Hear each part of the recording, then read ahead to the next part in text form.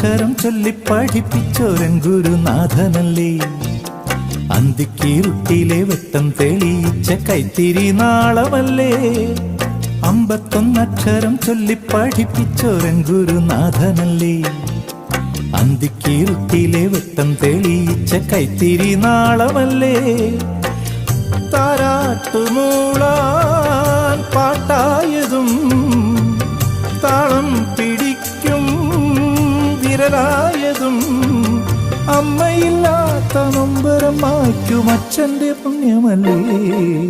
പൂ കുങ്കുമപ്പൂ പുഞ്ചിരിക്കും ചെമ്പകപ്പൂ എൻ നെഞ്ചകത്തെ തങ്കനില താമരപ്പൂ.